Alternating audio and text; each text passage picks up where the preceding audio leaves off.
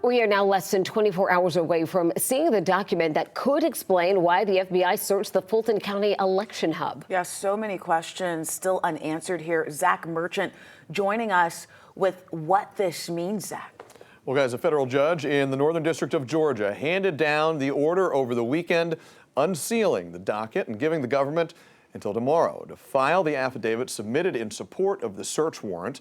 Prosecutors use those affidavits to make their case to judges that probable cause exists to support a search warrant, like the one, you're seeing it on your screen here, carried out by the FBI on the Fulton County election facility. Once the affidavit in this case is unsealed, we might start to get a better sense of the government's theory of their case. Now, in unsealing the docket, other motions in the case also became public, and in one of them, Fulton County Commission Chairman Rob Pitts and the Fulton Board of Registration and Elections asked the court to force the government to give back the election materials seized in the raid, arguing that the search warrant was unlawful. Emory Law School professor and dean John Acevedo said even as the docket becomes public, there are larger questions about what could come next. Are there any indictments, presentments to a grand jury? At the federal level, there needs to be a presentment to a grand jury. That's something that cannot be avoided. Will the grand jury indict? We have seen in numerous cases around DC and around ICE protests where grand juries have just flatly refused to indict.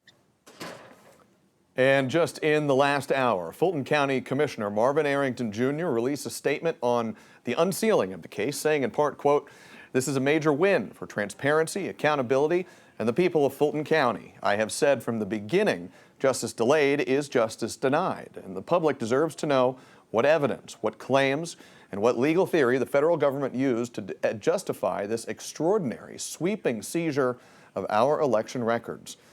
Now, the U.S. Attorney's Office for the Northern District of Georgia declined to comment on the case when reached today. Requests for comment to the Department of Justice and the U.S. Attorney's Office for the Eastern District of Missouri, which is reportedly involved in the case, were not answered. Faith?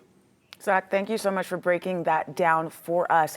It's important to note here, there were multiple recounts and court cases following that 2020 election in Georgia.